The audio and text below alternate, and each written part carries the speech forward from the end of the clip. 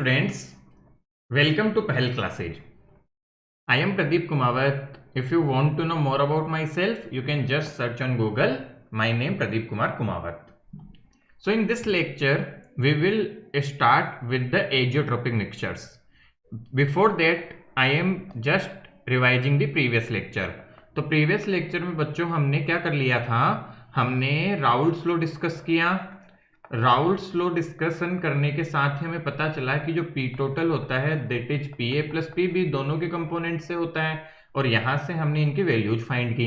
इसके साथ ही मैंने ये भी बताया कि Raoult's law non volatile solute के लिए कैसे वर्क करता है। तो ये सारा कंसेप्ट डिस्कशन किया था। नॉन वोलेटाइल सोल्यूट के लिए पी जो हो जाएगा वो क्या हो जाएगा, P naught into X solvent ही हो जाता है। ठीक है, तो ये सारा डिस्कशन हमने कहाँ पे किया, ये सारा डिस्कशन हमने किया सिंपली हमारे पास में जो वैल्यू है उसके अकॉर्डिंग सारा डिस्कशन हुआ प्रीवियस लेक्चर में। ठीक है, तो ये सारा काम हो चुका है ऑलरेडी। आप एक बार प्रीवियस लेक्चर, इसका थर्ड लेक्चर जरूर देखें राउल्ट्स लॉ को अच्छे से समझने के लिए। इसके साथ ही ideal solution, non ideal solution, positive deviation, negative deviation आप देख सकते हैं। इनके ग्राफ्स, क्या मीनिंग है, राउल्ट्स लॉ कब एप्लीकेबल होता है कब नहीं होता, ये सारे portions we have already done in the previous lecture.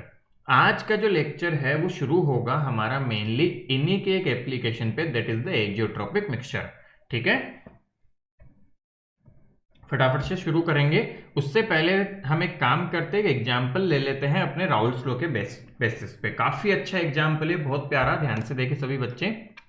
एक साथ बहुत सारे कंसेप्ट्स को कवर करेगा एक एग्जाम्पल में ही, मैंने सब कुछ इंक्लूड कर दिया है। देखो, the vapour pressure of water at 37 degree Celsius is 150 mm Hg।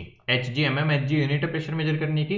In aqueous solution containing 28% by mass of liquid B. तो बी का देखो मास दिया हुआ है 28%। ठीक है, एम बी का इतना मोलर मास दे दिया। Okay, has a vapour pressure of 160 mm Hg। तो पहले देखो वाटर है, तो हमें दे रखा है ए, मान लेते हैं हम क्या है वाटर, ए को हम वाटर मान लेते हैं और बी हमें जो दिया हुआ है वो हो गया। तो vapour pressure of A, P A हमें दिया गया है, पी नोट ए हमारे पास है 150 mm Hg। ठीक है, और पी नोट बी तो हमें पता है नहीं, निकालना होगा। But vapour pressure of solution जो है कितना है, वो 160 है। तो पी टोटल हमें दे दिया दैट इज 160। ध्यान से देखिए, पी टोटल 160 दिया है और ये गिवन इंफॉर्मेशन काफी इंपॉर्टेंट है। Aqueous solution containing 28% by mass of liquid B. तो मैंने समझाया था कि जब भी ऐसा कुछ हो तो हमें बेसिक डेफिनेशन से बढ़ना है। 28% मास बाई मास दिया हुआ है हमें, या वेट बाई वेट दिया हुआ है ये। ठीक है, तो वेट बाई वेट की डेफिनेशन सोचो, यदि 100 ग्राम टोटल है, 100 ग्राम टोटल है, तो हमारे पास में बी जो है वो कितना है, बी हो गया 28 ग्राम। यदि बी 20 ग्राम हो गया तो ए कितना हो जाएगा, ए हो जाएगा, ध्यान से देखेंगे इसको, 100 माइनस 28 कर देंगे और वैल्यू जो आ जाएगी दैट इज 72 ग्राम्स। ठीक है, अब क्या बचा, ए हमारा वाटर है, मोल्स निकाल ली इनके। तो देखो बच्चों, एन ए आ जाएगा मेरे पास में 72/18, तो आ गया ये 4 वाटर निकाला, और एन बी आ जाएगा 28 डिवाइड बाई 140। तो आप देखोगे तो ये 5 टाइम्स कट जाएगा 1/5। ठीक है, तो 1/5 का मतलब हो गया 0.2। तो ये एन बी आ गया। हमें याद है वेपर प्रेशर का जो फॉर्मूला होता है पी टोटल का, वो क्या होता है, P naught A X A plus P naught B X B. हम इसी फॉर्मूले का यूज करेंगे, बट उसके लिए हमें एक्स ए और एक्स बी चाहिए। तो सबसे पहले एक्स ए और एक्स बी निकाल ले। X A is equal to 4 divide by 4.5, तो ये हो गया एक्स ए।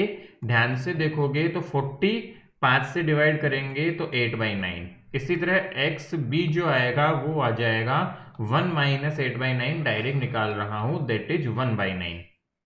सब कुछ मिल चुका, वैल्यूज पुट करना बाकी बचा है, तो मैं इसको पीछे की तरफ मूव कर लेता हूं। पी टोटल हमें दिया हुआ है 160, P total equal to P X वाला फॉर्मूला यूज कर रहे हैं। पी नॉट ए वाटर का है 150 मल्टीप्लाई बाई इसका मोल फ्रैक्शन कितना आया 8/9, प्लस ध्यान से देखेंगे पी नॉट बी हमें निकालना है, इसका मोल फ्रैक्शन आया 1/9। फटाफट से सॉल्व कर लो इसको। तो सॉल्व करके देखते हैं कितना आ जाएगा। 9 एलसीएम ले लेंगे, 9 एलसीएम लेके सॉल्व करेंगे तो इधर जाके हो जाएगा 160 multiply by 9 equal to 150 multiply by 8 plus P naught B. तो यहाँ से देखने पे पी नॉट बी जो आएगा वो आ जाएगा मेरे पास में 160 multiply by 9 minus 150 multiply by 8। यहाँ से कॉमन लो, 10 तो पूरा पूरा कॉमन आ रहा है, देखो 10 और 10 दोनों से आ रहा है, और 8 भी कॉमन आ जाएगा। तो यहाँ पे 2 टाइम्स 9 18, ठीक है, माइनस 8 कॉमन आ गया 15। तो यहाँ से 3 रिमेनिंग बचा, so 80 multiply by 3, so answer comes out to be 240।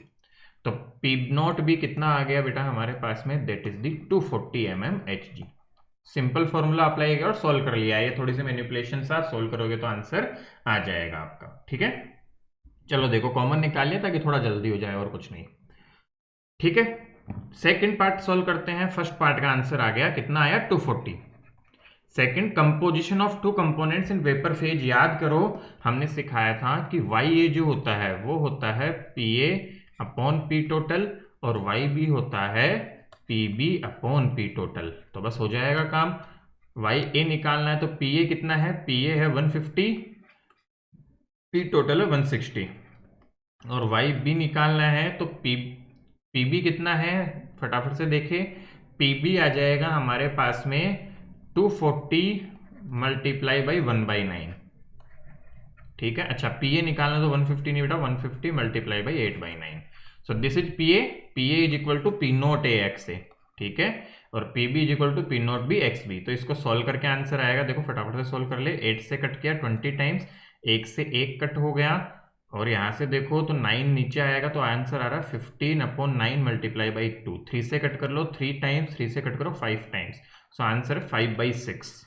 इधर देखो क्या आएगा, इधर आ जाएगा ये 240 डिवाइड बाई 9, 3 से कट कर लो, और डिनोमिनेटर में 160 भी तो आएगा, सो 160, ठीक है। फटाफट से देखो 1 से 1 गया, 8 2 जा 8, 3 जा, और 3 3 जा 9, सो इसका आ रहा है 1/6। दोनों का सम देखो 1 के बराबर आ रहा है, मतलब हमने सही किया। तो वेपर फेज का कंपोजिशन भी मिल गया। वाई ए कितना आया 5/6, और वाई बी कितना आया, ए का आ गया 5/6, और वाई बी का आया, इसके आंसर्स बी के लिए क्या आया हमारे पास में 1/6। थर्ड देखो, vapour pressure of a solution containing equal mass of two liquids. अब ध्यान से देखो, थर्ड पार्ट बहुत ही अच्छा है। थर्ड में भी कुछ नहीं करना, अब तो आसान होता जा रहा है। इक्वल मास दोनों का ले लिया, इक्वल मास ले लिया दोनों का, ठीक है। हमें क्या बोला कि equal mass of two liquids, तो मान लेते हैं कि दोनों का जो है इक्वल मास लेने का मतलब 50-50 ग्राम मान लो, ठीक है। तो मास ऑफ ए भी मान लेते हैं 50, मास ऑफ बी भी मान लो 50। तो इसके मोल्स कितने हो जाएंगे, मोल्स ऑफ ए हो गए 50/18, और मोल्स ऑफ बी हो गए हमारे पास में 50/140, ठीक है। तो ये मोल्स हो गए हमारे पास में, देखो तो फटाफट से सॉल्व करेंगे इसको। कैसे सॉल्व कर पाएंगे, पहले तो थोड़ा सिंप्लीफाई कर लो इसको। ये आ रहा है 5/14, और इसको सिंप्लीफाई करेंगे तो ये आ जाएगा 25/9, ओके। चलो अच्छी बात। अब यहां से हम देखें तो x से xb की जरूरत पड़ेगी, तो एक्स ए निकाल लो। एक्स ए जो आएगा वो आ जाएगा कितना, 25/9 डिवाइड बाई 25/9 प्लस 5/14। सॉल्व कर लेते हैं इसे। 25/9, 9 और 14 एलसीएम क्या आएगा, मैं तो इसको यही ले लेता हूँ फटाफट से करने के लिए। सो 25 को मल्टीप्लाई करना पड़ेगा 14 से। 25 10 जा होता है 250, एंड 25 4 जा होता है 100, सो ये 350 आ जाएगा। सो दिस इज 350 प्लस, अब 14 9 5 जा 45, सो दिस इज इट। ये ऊपर चला जाएगा, देखो बेटा क्या आ जाएगा, 25/9 multiply by 14 multiply by 9 divide by ये हो जाएगा 395। आई होप आपको समझ में आ रहा होगा। सो बस अब क्या करना है, 9 से 9 कट हो गया, कुछ कट हो रहा है, 5 से कट कर लो, 5 से 1 जा 35, और ये कितने बार आएगा 4, 5 9 जा, ठीक है, और 5 से 5, ओके। तो ये आंसर आ गया हमारा। तो क्या बन रहा है, लगभग तो लगभग ये वैल्यू बन गई। इसी तरह हमारा एक्स भी आ जाएगा, तो क्या पी टोटल निकाल लोगे आप? सिंपली क्या करोगे, P A X A plus P B X B, और P B P naught A X A plus P naught B X B, और इनकी वैल्यूज आपको ऑलरेडी पता है, तो ये वैल्यू पुट करके हम आंसर निकाल लेंगे। अच्छा, एक्स भी मान सकते थे कि इसकी जगह? मान सकते थे, कुछ भी मान सकते हो, 100 मान लो, कोई फर्क नहीं पड़ेगा, आंसर में कुछ फर्क नहीं आएगा क्योंकि वो वैल्यू कट ही जाएगी ओवरऑल। ओके, सो सिंपलेस्ट वे है कि कुछ वैल्यू मान ली हमने और कर लिया। क्या कुछ ऐसा मान सकते हैं जो दोनों से कट जाए? आसानी से मान सकते थे, बट वो भी सोचने में थोड़ा टाइम लगता ही, तो यहाँ डायरेक्ट कर लिया। फोर्थ पार्ट देखिए, vapour pressure of a solution containing equal number of moles. अब ये तो थोड़ा और आसान हो गया, मास था तो थोड़ा दिक्कत था, मोल्स तो बहुत आसान हो गया। मोल्स ऑफ ए कितना है? 1, मोल्स ऑफ बी भी कितना है? 1, तो यहाँ पे एक्स ए हो गया 1/2 और एक्स बी भी हो गया 1/2, बस बहुत आसानी से हो जाएगा ये तो। पी टोटल इस केस में आएगा 150 multiply by 1/2 plus 240 multiply by 1/2, that is 75 plus 120, तो आंसर क्या आ जाएगा इसका? 195।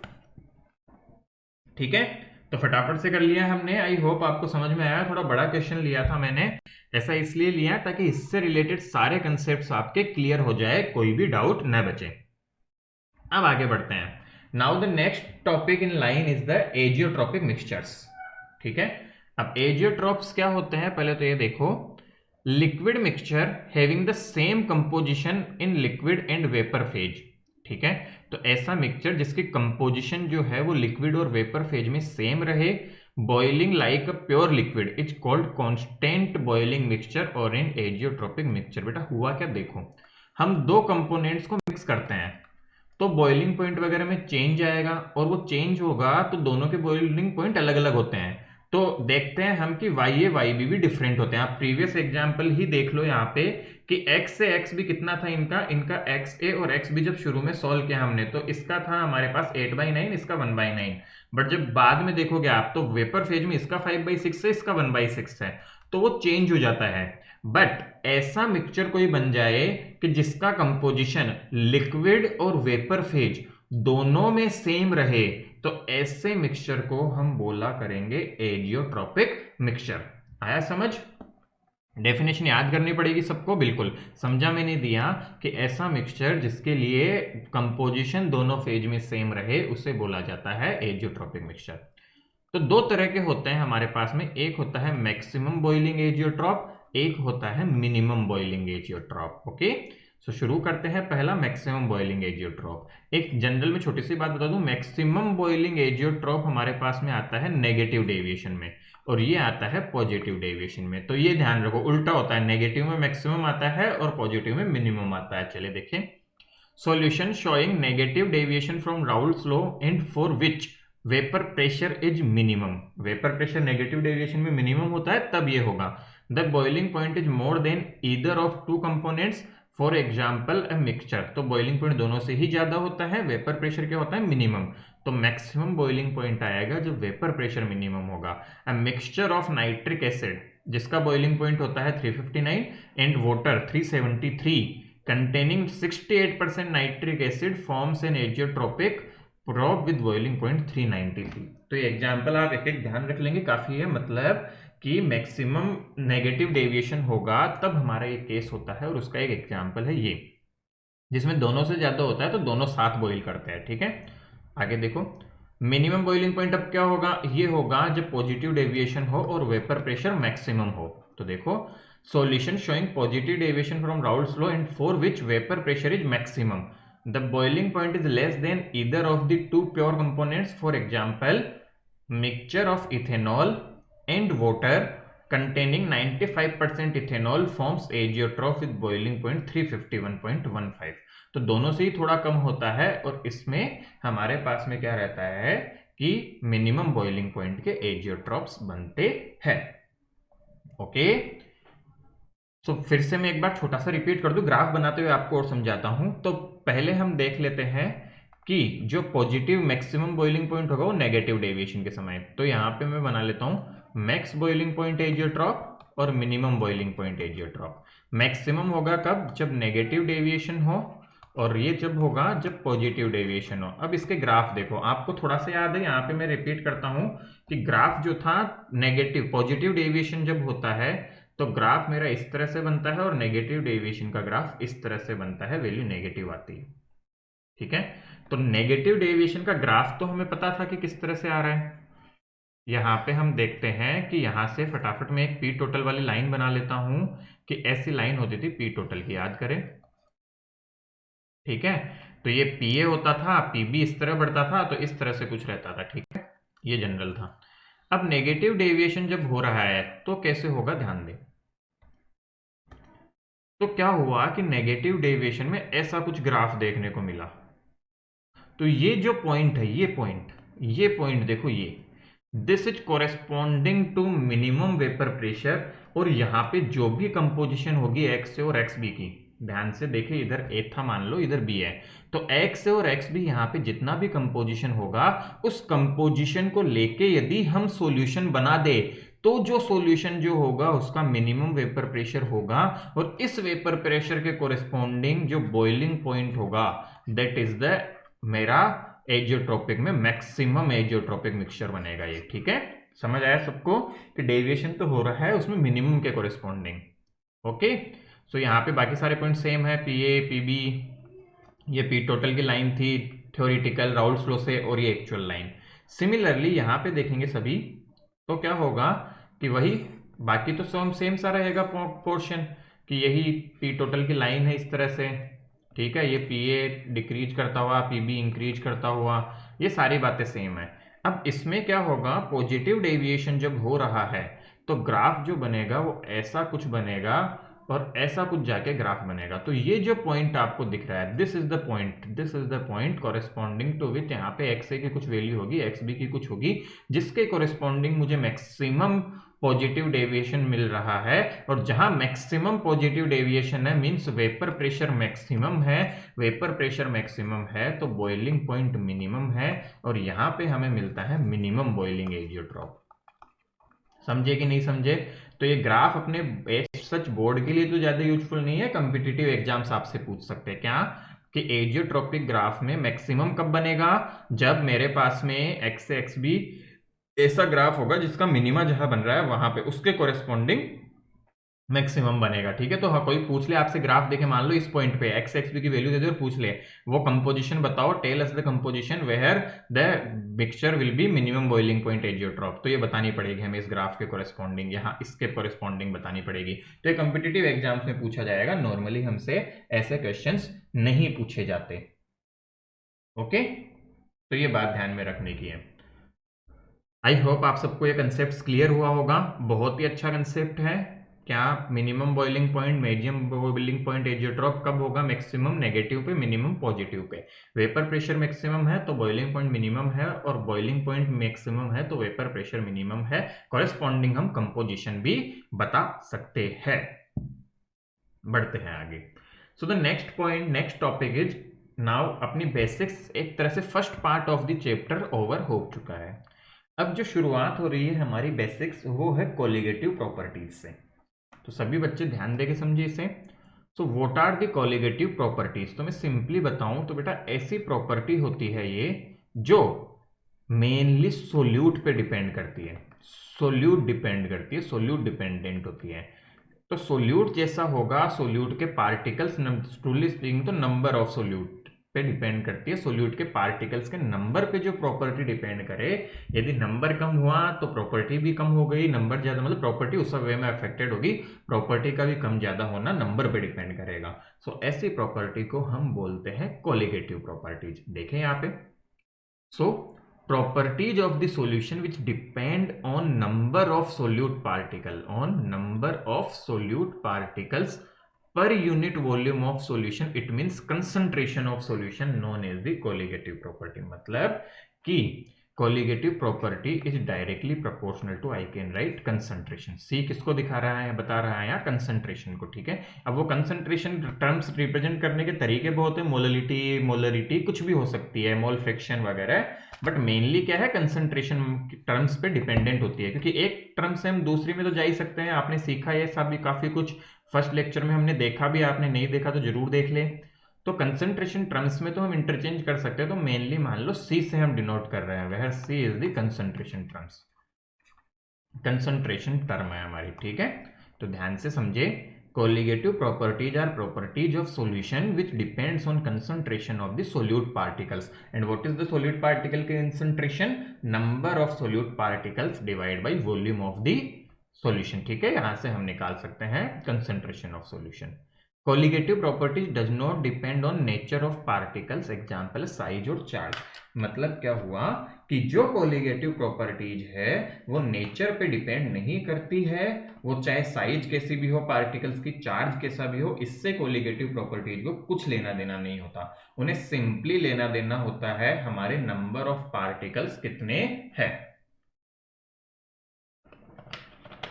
देखो हमारे सिलेबस में मेनली हम 4 तरह की कोलिगेटिव प्रॉपर्टीज देखते हैं, जिनके नाम है osmotic pressure, relative lowering of vapour pressure, elevation of boiling point and depression in freezing point. तो ये चारों प्रॉपर्टीज हम डिटेल में स्टडी करेंगे। अब जो चैप्टर हमारा बच गया है उसमें मेनली हमें डिटेल में चारों प्रॉपर्टीज का डिस्कशन करना होगा। कौन कौन सी हो गई, वापस रिपीट करें, vapour pressure, relative lowering of vapour pressure, elevation of boiling point and depression in freezing point. इन चारों को मैं एक डायग्रामेटिकली बता रहा हूं, ध्यान दो। As concentration of solution increase, मतलब क्या हुआ, हम बोल रहे जैसे जैसे C इंक्रीज करेगा, ऑस्मोटिक प्रेशर भी क्या करता है, इंक्रीज करता है।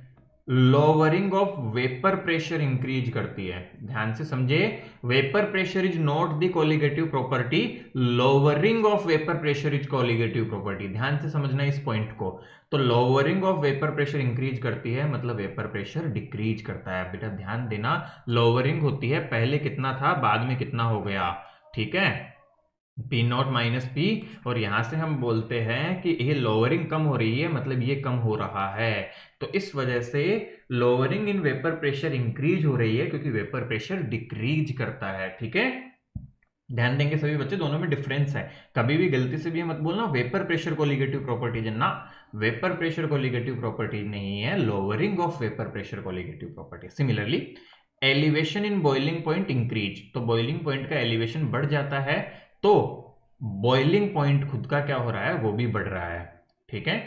Depression in freezing point increase, अब डिप्रेशन इंक्रीज कर रहा है तो फ्रीजिंग पॉइंट भी क्या करता है, डिक्रीज करता है। तो ध्यान दे, फ्रीजिंग पॉइंट कोलिगेटिव प्रॉपर्टी नहीं है, बॉइलिंग पॉइंट कोलिगेटिव प्रॉपर्टी नहीं है, वेपर प्रेशर कोलिगेटिव प्रॉपर्टी नहीं है। ध्यान से समझे, ये तीनों कोलिगेटिव प्रॉपर्टीज नहीं है, बट इनमें लोअरिंग, एलिवेशन एंड डिप्रेशन ये हमारी कोलिगेटिव प्रॉपर्टीज है, बाकी नॉर्मल कोलिगेटिव प्रॉपर्टीज नहीं है। समझ आ गई बात सबको? चलिए बहुत अच्छी बात है ये। सो ये बिल्कुल बेसिक सा था, बहुत अच्छा और बहुत ढंग से हमने कर लिया।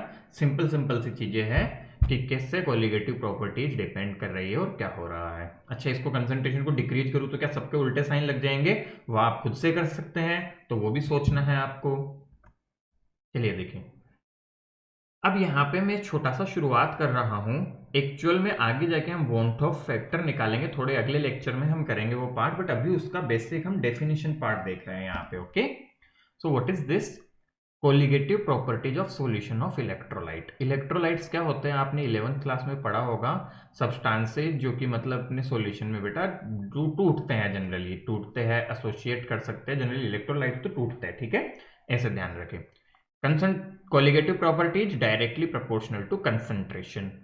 Colligative properties of solution of electrolyte is greater than expectation. अब क्या हुआ कि इलेक्ट्रोलाइट, जैसे मान लो NaCl को मैंने पानी में घोल दिया, ठीक है, H2O, तो क्या होगा, इससे पानी में घोलने के बाद एक्चुअल में जो कोलिगेटिव प्रॉपर्टीज आनी चाहिए थी वो नहीं आई और ज्यादा आई। ऐसा क्यों, क्योंकि नंबर ऑफ पार्टिकल्स बढ़ गया। बेटा ध्यान दोगे तो इनिशियली ये पूरा एक पार्टिकल की तरह काम कर रहा था और पानी में गिरने के बाद ही 2 पार्टिकल्स में टूट गया।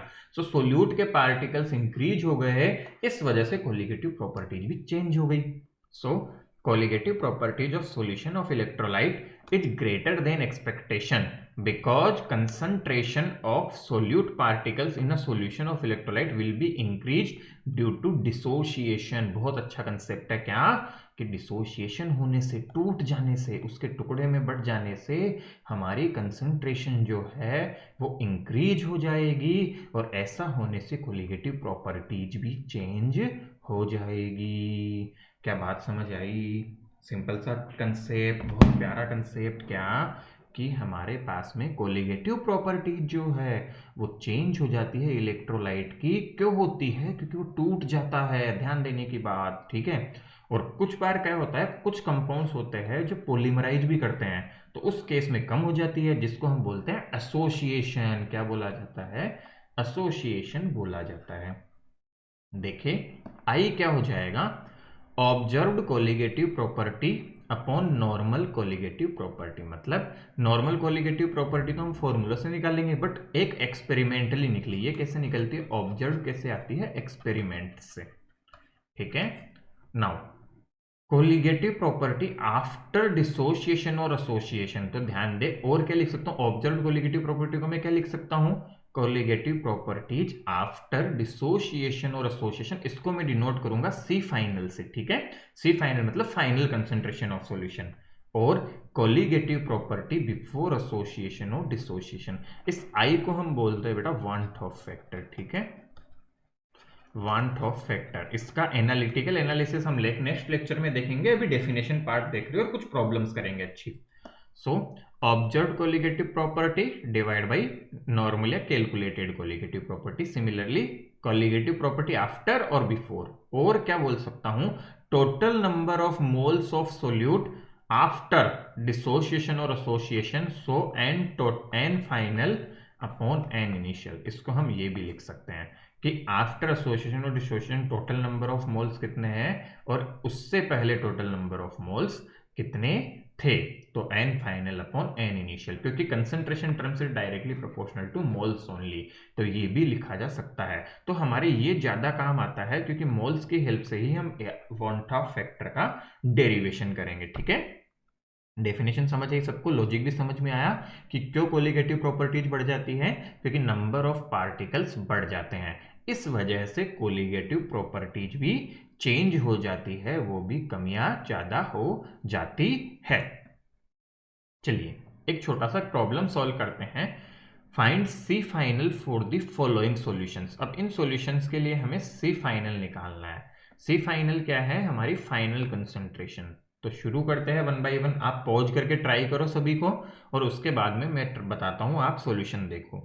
तो 0.1 मोलर NaCl था, तो इसके लिए सी इनिशियल हो गई 0.1। बट ध्यान दो, तो NaCl is a strong electrolyte, और ये दो टुकड़ों में टूटेगा, Na प्लस Cl माइनस। तो हर एक टुकड़े की 0.1 है, 0.1 है, तो C टोटल हमारे पास हो जाएगी 2 मल्टीप्लाई बाई 0.1, दैट इज 0.2। आया समझ में? तो यहाँ पे हमारे पास में टोटल आ जाएगी 0.2। तो ध्यान दोगे तो वांट ऑफ फैक्टर भी यदि मैं निकालू इसके लिए, NaCl के लिए आई निकालू मैं, तो वो आ जाएगा 2। ओके, स्ट्रॉन्ग, बहुत स्ट्रॉन्ग इलेक्ट्रोलाइट है तो वो पूरे ही टूटते हैं, उनके लिए आई हम डायरेक्ट भी निकाल सकते हैं, इसे प्रूव भी करेंगे हम नेक्स्ट क्लास में। 0.2 मोलर BaSO4। अब ध्यान दो ये कैसे टूटेगा सभी बच्चे, Ba2 प्लस SO4 2 माइनस। तो एक एक दो में टूटा ये पूरा कंपाउंड, ये पूरा एक आयन की तरह होता है बेटा। एस और ओ को मत तोड़ देना, ये कॉम्प्लेक्स है ना, ये कंबाइंड आयन है हमारे पास में, ठीक है। सो क्या आ जाएगा 0.2, सी टोटल यहाँ भी आ जाएगी 0.2 multiply by 2, so that is 0.4। तो ये आ गया हमारे पास में सी टोटल इस केस के लिए, ठीक है। समझ आया सभी को? अब देखो अच्छा सवाल आया, क्या 100 millilitre of 0.2 molar BaSO4 and 200 millilitre of 0.1 molar AlCl3, ठीक है। अच्छा हमें यहाँ पे एसोसिएशन वगैरह कंसिडर नहीं करना है, ठीक है। अभी के लिए जब तक न बोला जाए तो ये कंसिडर नहीं करना है कि इनकी रिएक्शन हो जाएगी, हम ये मान के चल रहे हैं इनकी रिएक्शन नहीं होगी, फिर हमें आंसर करना है। देखिए फटाफट से, पहली बात तो 100 मिलीलीटर ऑफ इसका है, तो यहाँ से मैं देख सकता हूँ, मैं इसके मोल्स निकाल सकता हूँ या इसके सी टोटल निकाल सकता हूँ। तो पहले तो सी टोटल 1 निकाल लिया हमने, ठीक है। सी टोटल 1 आई मेरे पास में, ध्यान से देखो 0.2 था यहाँ पे और 0.2 मल्टीप्लाई 2 दैट इज 0.4, और सी टोटल 2 आएगी मेरे पास में, 0.1 था बट AlCl3 देखो टूटेगा Al और 3Cl माइनस में, Al3 प्लस और 3Cl माइनस, 4 लोगों में, तो ये भी आ गई 0.4।